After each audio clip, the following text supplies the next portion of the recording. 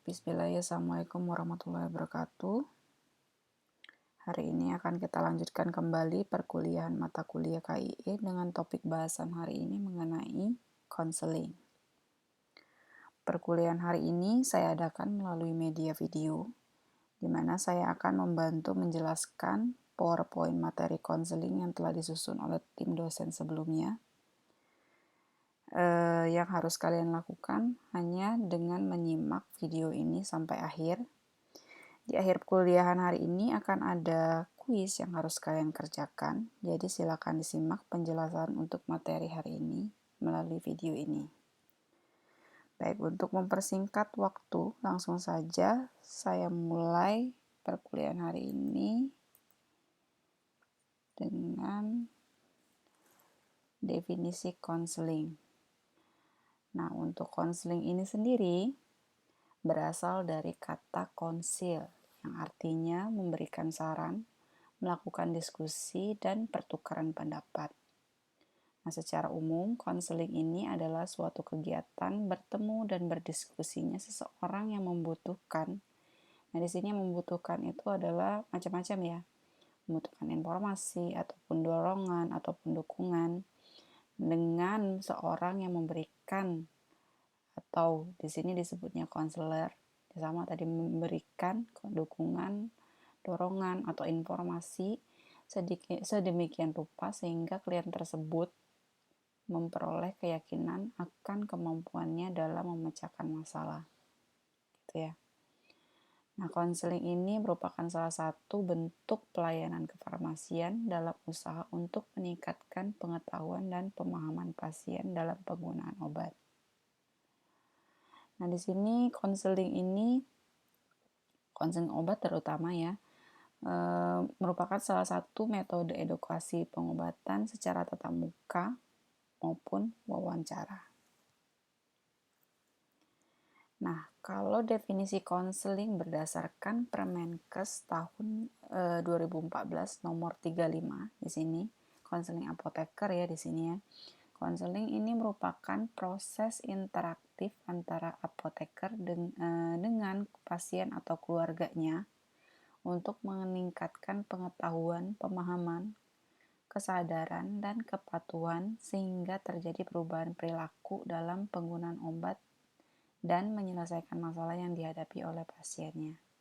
Nah, ini adalah definisi konseling menurut Peraturan Menteri Kesehatan Nomor 35 tahun 2014. Sini ya. Di sini menjelaskan konseling apoteker, definisi konseling apoteker. Nah, latar belakang konseling ini salah satunya adalah non-compliance, ada juga non-concordance. Nah, di sini artinya untuk bahasa Indonesianya itu adalah ketidakpatuhan. Ya, di sini ya. Adanya ketidakpatuhan ini pada akhirnya bisa menyebabkan kegagalan terapi. Nah, di sini untuk mencegah kegagalan terapi tersebut diadakanlah atau dilakukanlah konseling kepada pasien.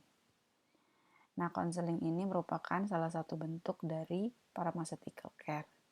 Nah, nanti ujungnya konseling ini adalah untuk mencegah DRP atau drug related problem atau masalah terkait obat. Pada akhirnya dari pencegahan DRP ini nanti terwujudlah terapi pasien yang rasional atau terapi pasien menjadi rasional kalau DRP-nya bisa dicegah. Salah satu cara untuk mencegahnya yaitu dengan konseling ini.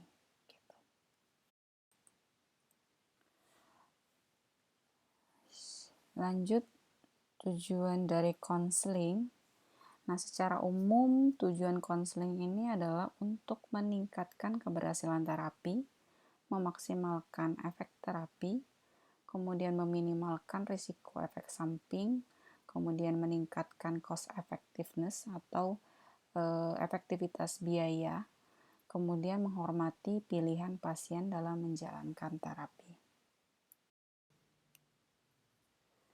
Adapun tujuan khususnya di sini ada beberapa, yaitu untuk meningkatkan hubungan kepercayaan antara apoteker dengan pasiennya, kemudian menunjukkan perhatian serta kepedulian terhadap pasien, membantu pasien untuk mengatur dan terbiasa dengan obatnya, kemudian juga membantu pasien untuk mengatur dan menyesuaikan dengan penyakitnya, meningkatkan kepatuhannya, kemudian mencegah dan meminimalkan dari drug-related problem tadi, meningkatkan kemampuannya pasien untuk memecahkan masalahnya sendiri dalam hal terapi tentu saja, kemudian mengerti permasalahan dalam pengambilan keputusan, kemudian membimbing dan mendidik pasien dalam menggunakan obat sehingga dapat mencapai tujuan pengobatan dan meningkatkan mutu pengobatan dari pasiennya. Nah, itu tujuan khususnya ya. Kemudian lanjut manfaatnya konseling ini apa sih? Nah, manfaatnya itu bisa dari sisi dari pasiennya sendiri, juga dari sisi apotekernya yang berikan konseling ya di sini ya. Nah, untuk manfaatnya bagi pasien itu apa sih? Ya, menjamin keamanan dan efektivitas pengobatannya, kemudian mendapatkan penjelasan tambahan mengenai penyakitnya, membantu dalam merawat atau perawatan kesehatan sendiri, membantu memecahkan permasalahan terapi dalam situasi tertentu, kemudian menurunkan kesalahan penggunaan obat tadi, kemudian meningkatkan kepatuhan dalam menjalankan terapi, menghindari reaksi obat yang tidak dikehendaki, kemudian meningkatkan efektivitas dan efisiensi biaya kesehatannya yang akan diterima oleh pasiennya. Nah, bagi apoteker gimana gitu untuk manfaat konselingnya ya. Manfaatnya yang pertama untuk apoteker itu menjaga citra profesi sebagai bagian dari tim pelayanan kesehatan ya. Kemudian mewujudkan bentuk pelayanan asuhan kefarmasian atau pharmaceutical care sebagai tanggung jawab profesi apoteker. Kemudian yang ketiga itu adalah menghindarkan apoteker dari tuntutan karena kesalahan penggunaan obat atau medication error. Jadi dengan adanya konseling ini kita bisa menghindari medication error. Kemudian tujuan pelayanan tambahan untuk menarik pelanggan sehingga menjadi upaya dalam memasarkan jasa pelayanan. Jadi kalau kalian perhatikan ya, di beberapa apotek di Indonesia itu dia sudah ada yang pasang tarif untuk konseling ini. Jadi ada biaya konselingnya tersendiri kalau apoteker tersebut memberikan konseling kepada pasien. Nah, lanjut untuk prinsip dasar konseling. Nah, di sini prinsip dasar konseling itu adalah terjadinya kemitraan atau korelasi antara pasien dengan apoteker sehingga terjadi perubahan perilaku pasien secara sukarela. Ya. Nah, pendekatan apoteker dalam pelayanan konseling ini sudah mengalami perubahan. Kalau dulu dia adalah medical model, nah kalau sekarang dia menjadi helping model. Nah, di sini perbedaan antara medical model sama helping model itu bisa dilihat dari hal-hal yang harus diperhatikan oleh apotekernya. Nah, di sini kalau medical model itu dia pasien akan bersifat pasif biasanya. Jadi pasien hanya menerima informasi atau hal-hal yang disampaikan oleh apotekernya gitu. Dia tidak terlibat secara aktif apa tidak ikut berperan aktif dalam terapi yang dia terima. Jadi dia hanya menerima gitu ya, bersifat pasif. Sedangkan helping model, di sini helping model itu pasien terlibat secara aktif pada terapi yang dia terima gitu ya. Dia bisa bertanya gitu kan kalau misalkan dia ada hal-hal yang tidak dia mengerti gitu kan, atau hal-hal yang tidak dia yakin benar atau tidaknya gitu ya. Kemudian kalau untuk medical model, dasar dari kepercayaannya ditunjukkan berdasarkan citra profesi. Kemudian kalau untuk helping model, kepercayaannya itu didasarkan dari hubungan pribadi yang berkembang setiap saat. Kemudian kalau medical model di sini dia prosesnya itu mengidentifikasi masalah, kemudian langsung menetapkan solusinya. Kalau helping model, dia menggali semua masalahnya terlebih dahulu dan memilih cara pemecahan masalah-masalah tersebut.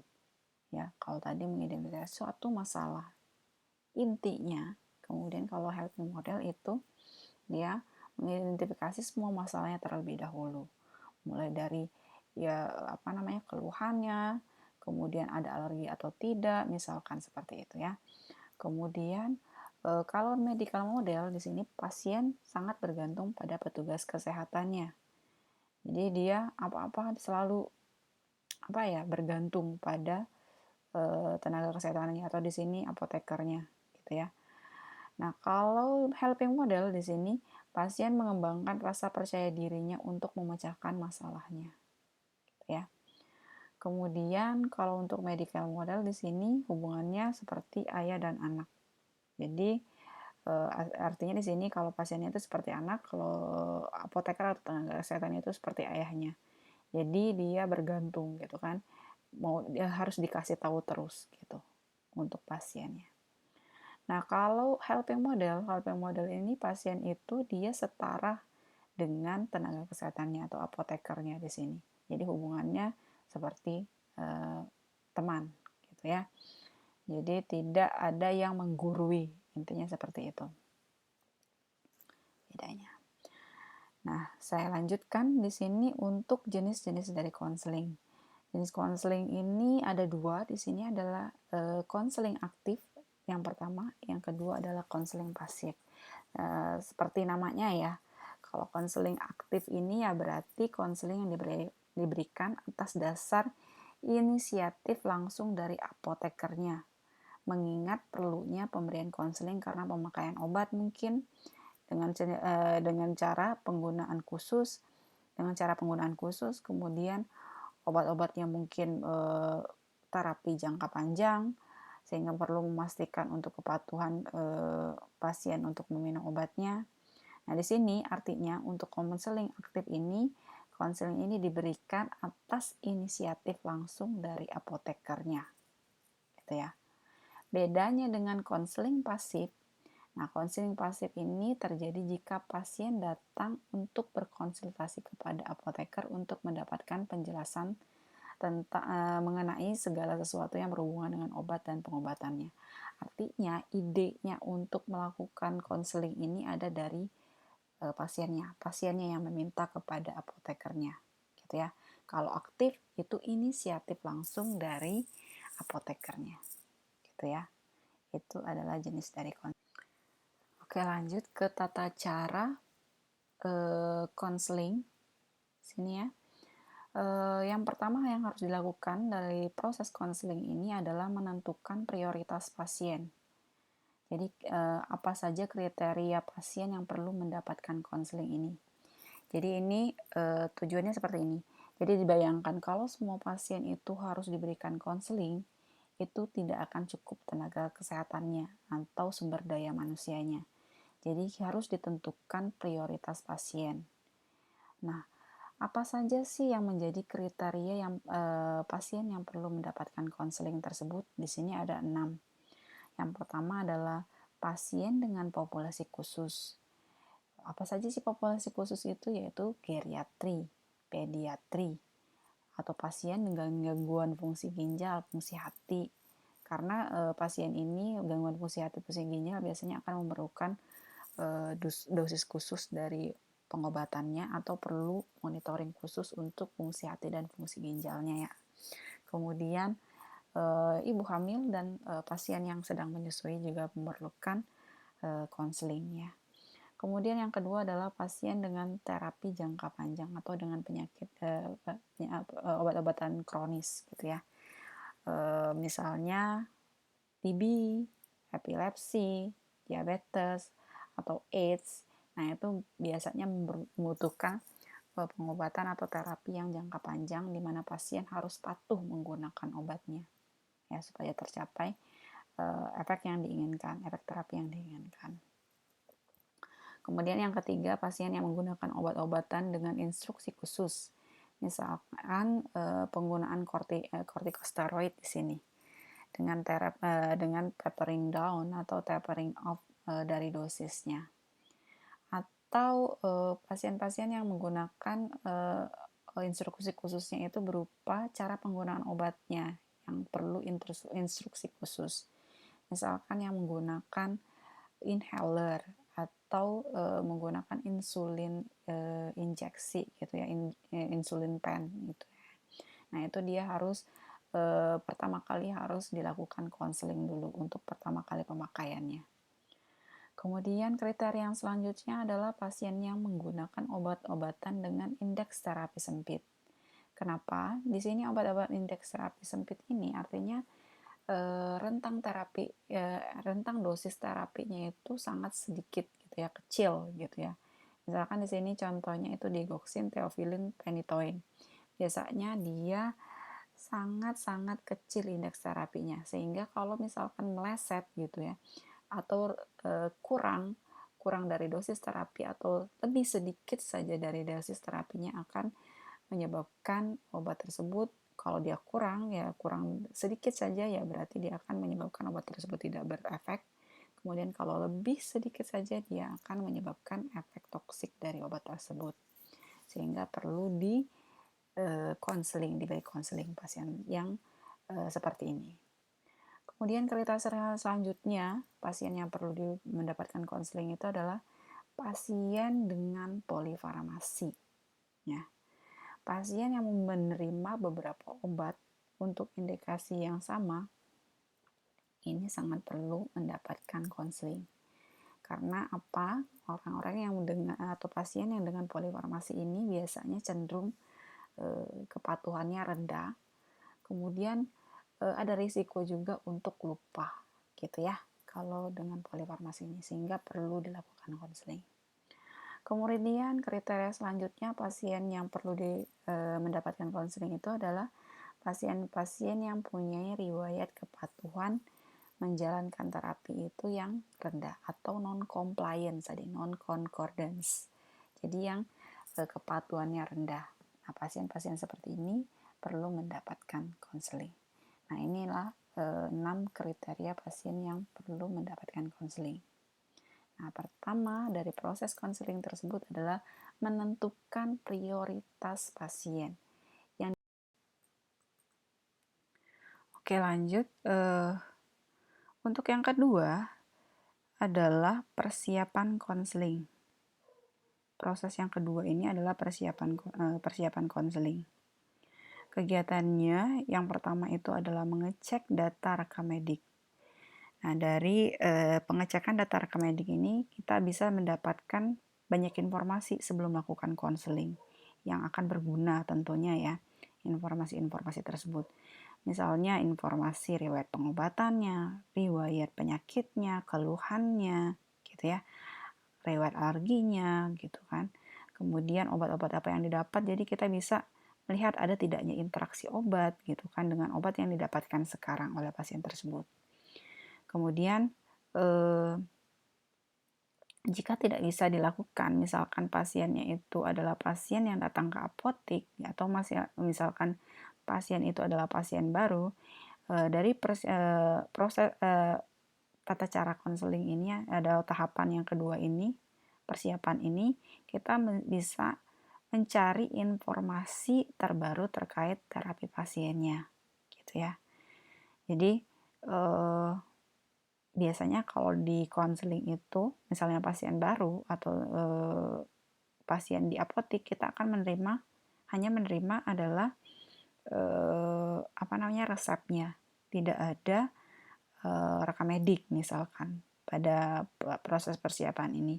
Yang bisa kita lakukan dari proses persiapan ini adalah mencari informasi terbaru terkait terapi yang didapatkan oleh pasiennya.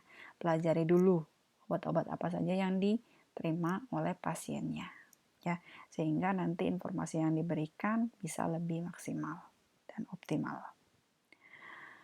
Nah, kemudian proses yang ketiga adalah pertanyaan dalam konseling atau caranya ini gimana sih dalam pertanyaan dalam konseling gitu ya. Nah, pertanyaan dalam konseling itu sebisa mungkin dia dalam bentuk open-ended questions ya. Jadi pertanyaan itu itu yang bisa membuat pasiennya itu menjelaskan, memberikan informasi yang sebanyak-banyaknya kepada kita apoteker, gitu ya. Jadi kalau open-ended question, nanti informasi yang kita dapatkan itu bisa menjadi lebih maksimal. Open-ended question itu yang gimana sih, gitu ya. Jadi kalau open-ended question itu biasanya dimulai dengan bagaimana, mengapa, gitu. Bagaimana Bu kemarin keluhannya gitu. Mengapa Bu itu bisa terjadi kemarin keluhannya Bu? Kira-kira karena apa gitu. Seperti itu ya. Yang artinya dia nanti bisa menjelaskan. Jadi dia bisa elaborate more gitu informasi-informasi yang dia alami gitu ya. Informasi-informasi yang bisa dia berikan itu lebih banyak gitu kalau kita pakai open-ended questions. Kalau yang pakai close-ended questions, dan close-ended question itu yang seperti apakah gitu. Jadi dia cuma menjawab apa gitu. Apa yang diminum Bu? Ini gitu.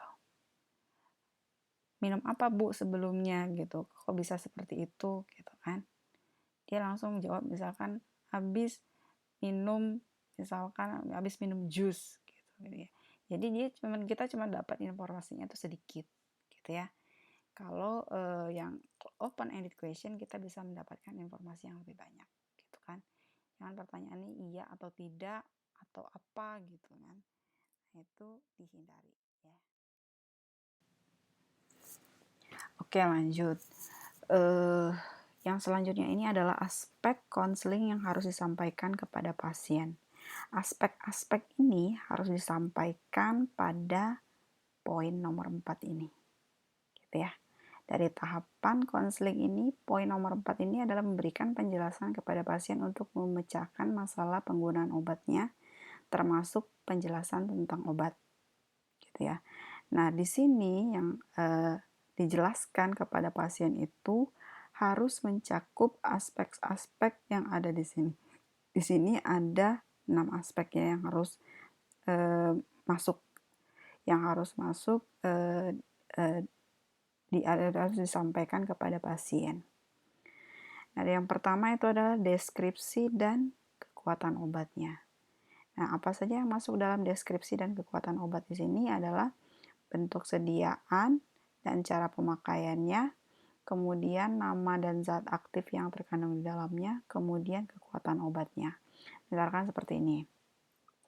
Ibu, di sini obatnya ada tablet yang harus diminum, gitu ya. Nah, nama obatnya misalkan dia di sini obatnya adalah misalkan obatnya apa ya misalkan obatnya adalah Ponstan. Nah, isinya Ponstan ini adalah asam mefenamat namanya. Nah, obatnya ini kekuatannya adalah 500 mg. Gitu disebutkan. Jadi bahasanya nggak usah saklek seperti itu, tapi intinya ketiga informasi ini harus disampaikan gitu kepada pasiennya untuk konseling. Kemudian jadwal dan cara penggunaan obatnya. Tentu saja yang ini pasti nggak lupa ya, selalu disampaikan. Saya yakin nggak bakal lupa kalau yang ini ya. Untuk kalau apoteker biasanya gitu tidak akan lupa untuk menyampaikan jadwal dan cara penggunaannya. Nah, di sini untuk jadwal dan cara penggunaannya itu penekanannya dilakukan untuk obat dengan instruksi khusus. Seperti misalkan diminumnya itu dia sebelum makan atau sesudah makan misalkan. Kemudian jangan minum bersama dengan susu atau makanan-makanan tertentu gitu. Nah, itu ya. Kepatuhan pengobatan ini ya tergantung pada pemahaman dan perilaku sosial ekonominya biasanya untuk jadwal dan cara penggunaan obatnya ini. Oke, kemudian aspek konseling yang harus disampaikan juga kepada pasien adalah yang ketiga ini adalah mekanisme kerja obat ya. bukan mekanisme farmakologi dari obatnya, gitu ya. Jadi mekanisme kerja obatnya. Nah, di sini apoteker harus mengetahui dulu nih indikasi-indikasi obat, gejala atau penyakit yang sedang diobati, gitu ya. Sehingga apoteker tersebut dapat memilih mekanisme mana yang harus dijelaskan kepada pasien. Jadi karena di sini kadang satu obat itu memiliki multi indikasi atau beberapa indikasi yang bisa diobati dari satu obat tersebut. Nah, penjelasannya tersebut juga harus sederhana dan ringkas sehingga mudah dipahami oleh pasien. Misalkan contohnya seperti ini. Jadi pasien misalkan dia hamil gitu. Hamil dia diberikan obat parastamol untuk mengatasi nyeri kepalanya gitu ya. Nah, pada saat kita memberikan informasi yang harus diberi informasi kepada pasiennya, kita memberitahunya itu ya berarti nanti disesuaikan dengan gejala atau penyakit yang sedang dialami oleh pasien tersebut. Jadi gini, kalau misalnya pasien itu sudah kita gali informasinya, dia sedang mengalami sakit kepalanya, ya kita nanti menjelaskan, oh ibu ini obatnya diberikan oleh dokter itu adalah paracetamol, gitu ya. Di sini obatnya, indikasinya itu adalah untuk nyeri kepala yang sedang dialami oleh ibu, gitu kan. Tidak menjelaskan kalau obatnya itu untuk gejala atau keluhan demam, gitu ya, karena pasiennya nggak ada demam, gitu ya. Jadi dijelaskan sesuai dengan indikasi yang dialami oleh pasiennya, ya. Tidak menjelaskan mekanisme farmakologi. Misalkan kalian akan menjelaskan, misalnya obat ini nanti akan menghambat reseptor apa di sistem saraf pusat, gitu kan. Nah, tidak seperti itu ya. Harus dengan penjelasan yang sesederhana mungkin sehingga mudah dipahami oleh pasiennya. Kemudian yang selanjutnya aspek yang harus disampaikan kepada pasien itu adalah dampak gaya hidupnya. Jadi banyak regimen obat yang memaksa pasien itu untuk mengubah gaya hidupnya. Jadi apoteker harus dapat menanamkan kepercayaan pada pasien mengenai manfaat gaya hidup untuk meningkatkan kepatuhan pasien. Gaya hidup ini macam-macam ya, mulai dari pola makan ataupun olahraga. Misalkan tadi gaya hidup, misalkan tadi ya pasien misalnya biasanya menggunakan habis meminum obat itu menggunakan habis meminum obat itu dia harus makan buah gitu ya harus makan buah atau dia harus minum obat itu dengan susu gitu atau dengan jus gitu supaya nggak pahit gitu. Nah itu misalkan ada obat-obat tertentu yang dia berinteraksi dengan susu atau buah, terus misal yang paling banyak itu adalah dengan buah anggur gitu ya. Nah itu nanti harus diubah gaya hidupnya gitu pasiennya sehingga obatnya tidak mengalami interaksi. Atau misalkan obatnya pasien itu sedang menjalani terapi diabetes. Nah terapi diabetes ini pengobatannya itu adalah dengan pengubahan gaya hidup, misalkan mengurangi karbohidrat gitu atau gula gitu ya. Kemudian juga meningkatkan frekuensi olahraga, bukan frekuensi sih, menjalankan exercise atau olahraga gitu. Nah itu perlu disampaikan kepada pasiennya dampaknya. Jadi disampaikan misalkan ibu yang rajin olahraganya ya bu gitu kan, atau untuk gula dan karbohidratnya mungkin bisa dikurangi gitu selama penggunaan obatnya gitu ya. Kemudian yang selanjutnya yaitu yang paling sering lupa yaitu penyimpanan ya, cara penyimpanan. Ini sering lupa disampaikan kepada pasien pada saat konseling maupun selama medikasi biasanya ya. Nah, di sini pasien itu harus diberitahukan tentang cara penyimpanan obat, terutama obat-obat yang harus disimpan pada temperatur kamar, adanya cahaya, dan lain sebagainya. Tempat penyimpanan ini harus disampaikan harus jauh dari jangkauan anak-anak gitu ya. Karena seperti yang diketahui, kalau obat-obat itu dia penyimpanannya kadang berbeda-beda. Ada yang bisa disimpan di suhu kamar biasa, ada yang harus disimpan di suhu sejuk gitu kan, atau harus terlindung dari cahaya, gitu ya. Itu harus disampaikan secara jelas kepada pasien sehingga tidak salah. Karena kalau misalkan penyimpanannya salah, dia akan biasanya menyebabkan rusaknya obat yang didapatkan oleh pasien tersebut, gitu ya. Kemudian yang selanjutnya adalah efek potensial yang tidak diinginkan, gitu ya. Potensi efek samping yang bisa terjadi atau yang didapatkan selama penggunaan obatnya. Nah, di sini apoteker sebaiknya menjelaskan mekanisme atau alasan terjadinya toksisitas secara sederhana. Jadi, jangan sampai efek samping atau efek potensial yang tidak diinginkan yang kita sampaikan itu menakut-nakuti pasiennya. Nah, penekanan penjelasan ini dilakukan terutama untuk obat-obat yang menyebabkan perubahan warna urin, misalkan obat-obat TB gitu ya. Nah, itu harus dijelaskan kepada pasiennya, atau menyebabkan keringnya mukosa mulutnya gitu ya, mulutnya menjadi kering gitu kan, kemudian dan lain-lainnya gitu bisa disampaikan. Misalkan efek-efek samping yang paling sering terjadi, misalkan batuk kering pada penggunaan kaptopril gitu ya. Nah, kemudian pasien juga diberitahukan tentang tanda dan gejala keracunan dari obatnya. Ya, bukan hanya keracunan ya, atau toksisitas dari obatnya. Misalkan seperti ini. Misalkan untuk obat glibenclamid, dia kan efek sampingnya itu adalah yang paling sering adalah hipoglikemi. Nah, itu disampaikan gimana gejala-gejala hipoglikemi itu. Misalkan gejalanya itu adalah gemetar, gitu ya, berkeringat, gitu kan ya. Kemudian berkunang-kunang, gitu kan, pusing. Nah, itu bisa disampaikan seperti itu pada saat misalkan menyampaikan tanda dan gejala, gitu ya, efek samping yang ditimbulkan. Nah, kemudian ini tadi untuk yang 3' question ya. Tadi 3' question itu tahapan yang kedua tadi pada proses konseling ini. Gitu ya. Nah, di sini apa aja sih yang 3' question itu? Yang pertama adalah pertanyaannya, apa saja yang sudah disampaikan dokter tentang obat Anda, gitu ya. Bahasanya tidak perlu saklek seperti ini ya, tidak perlu titik dan komanya itu harus seperti ini. Jadi intinya saja. Jadi misalkan ibu tadi dokternya sudah bilang apa tentang obatnya gitu.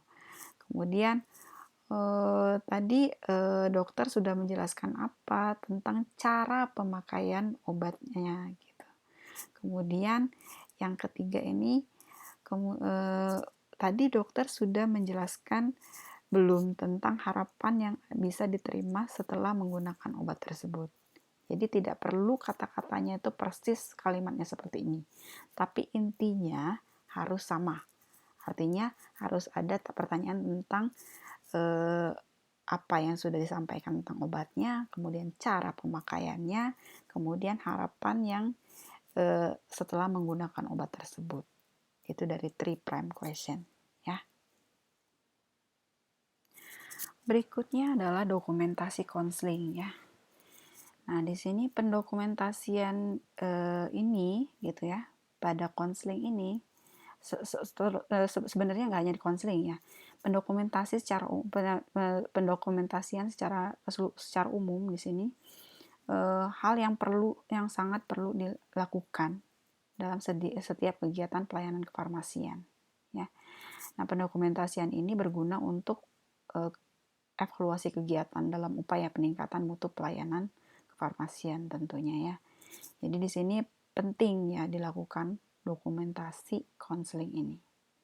Ya.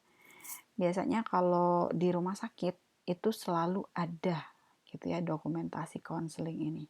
Kalau di apotek masih jarang memang ya. Tapi harusnya tetap dilakukan dokumentasi konseling. Gitu ya.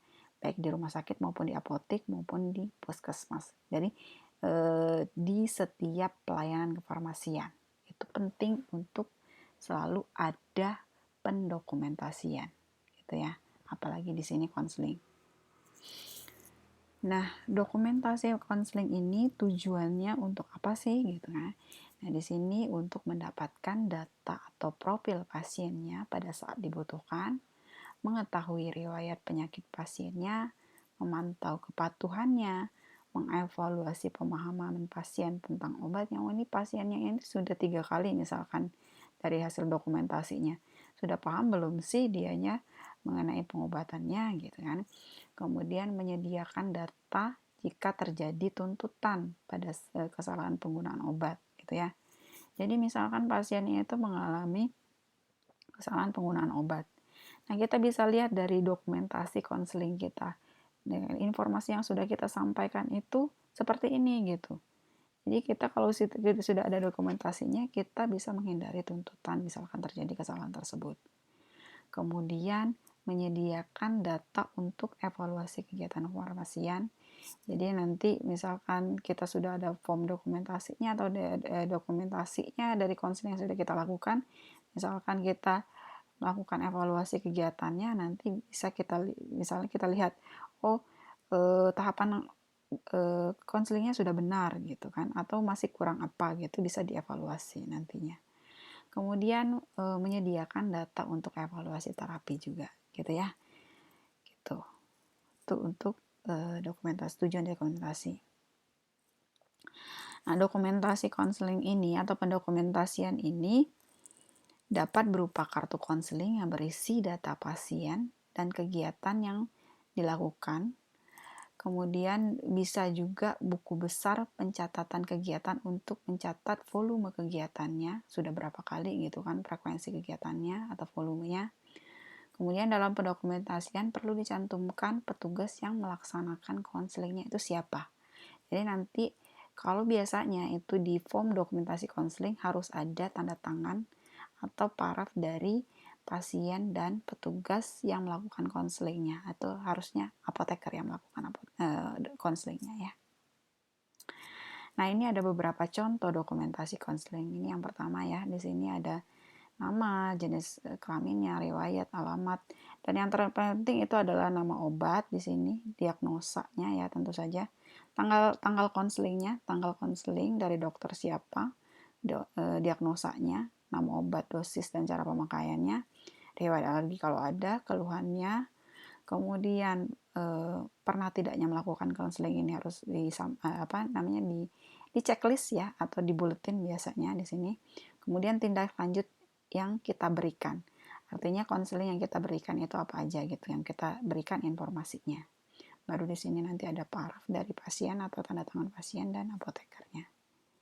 Ini untuk dokumentasi konseling. Nah, ini untuk contoh yang kedua, di sini ada contoh dari kartu konseling instalasi farmasi RS Medika Jakarta. Di sini ya, dia bentuknya agak berbeda. Di sini dia di bagian headingnya di sini ada nama pasien, umur, diagnosa, nomor registrasi, alamat dan nomor teleponnya, kemudian riwayat alerginya.